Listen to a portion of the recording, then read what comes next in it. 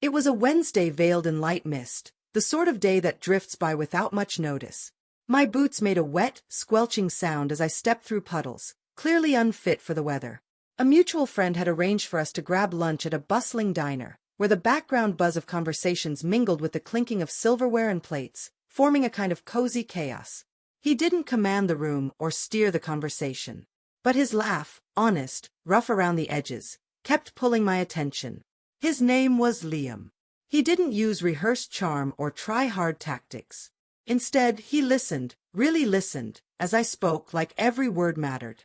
Not in a distracted way, but with a quiet, attentive sincerity. He even remembered the name of my dog.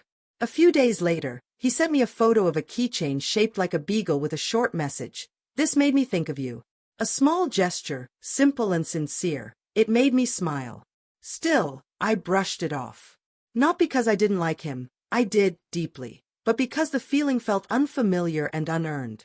I was still nursing the quiet ache of a recent breakup, a relationship that had burned brightly, then dimmed slowly into something heavy and exhausting. It hadn't ended in heartbreak, but in depletion. So when Liam came along, steady, thoughtful, without any hidden motive, I froze.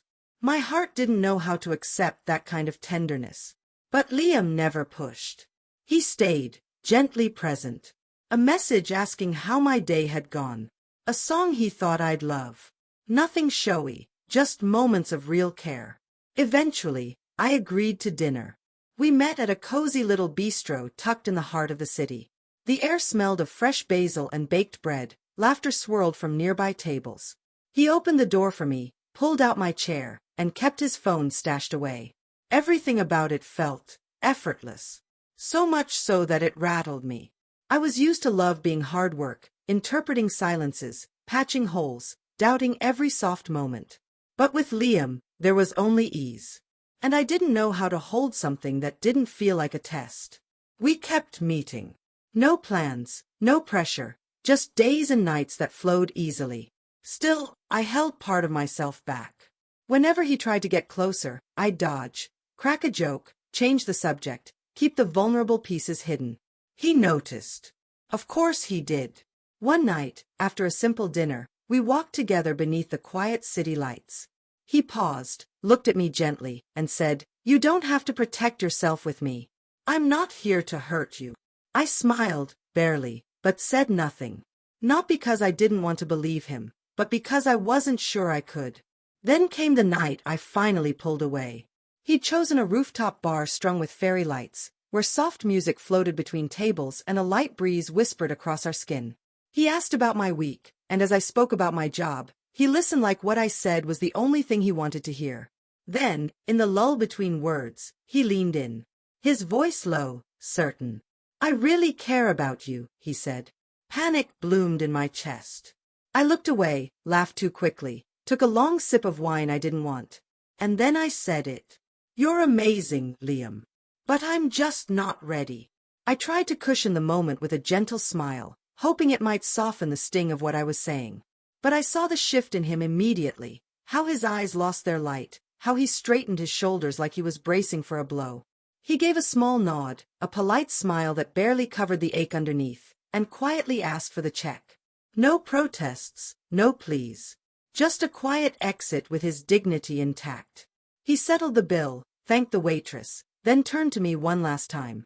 "Take care of yourself," he said simply. And just like that, he was gone. I sat there alone, staring at the table as if it could offer answers. I repeated to myself that I'd made the right decision. I wasn't ready. He deserved someone open, someone whole, not someone still dragging the weight of past heartbreaks. But the longer I sat, the more I realized it wasn't Liam I doubted. It was myself. He'd recognized pieces of me I hadn't even fully accepted. Loved a version of me I was still learning to see. And rather than open the door to him, I gently closed it. I convinced myself I was protecting him, when in truth, I was shielding myself from being fully known. From receiving a kind of love I didn't believe I was worthy of. That night, I checked my phone. Nothing.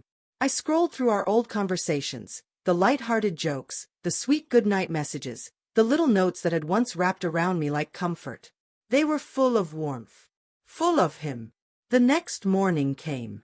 Still no message. He hadn't blocked me, he'd simply disappeared from my world. And I thought about reaching out. Just to say something. Anything. But what could I possibly offer? That I didn't mean it. But I had meant it, at least in that moment. I truly believed I wasn't ready. Maybe I still wasn't. But readiness isn't always something that arrives on its own.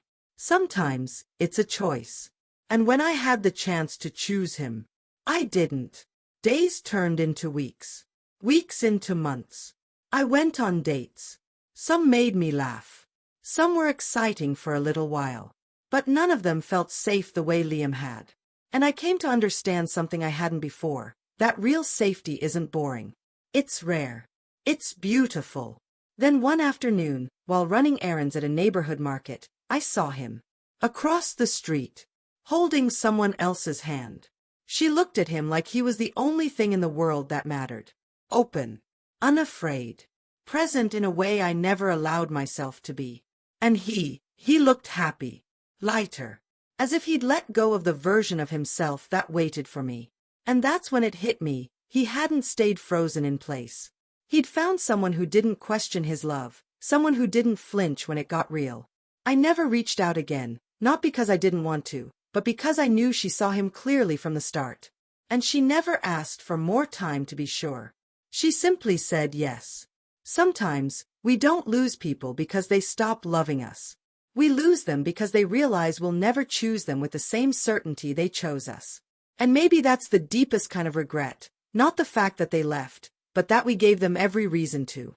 So if you ever find yourself sitting across from someone who looks at you with steady kindness, who sees you without trying to fix you, and your first impulse is to retreat, pause. Don't run just because it feels unfamiliar. Don't call it not ready when what you really mean is afraid. Because telling someone they're amazing, while backing away, is often the first quiet note of goodbye. I told Liam he was amazing. I told him I wasn't ready. He gave me a gentle smile, settled the tab, and walked away.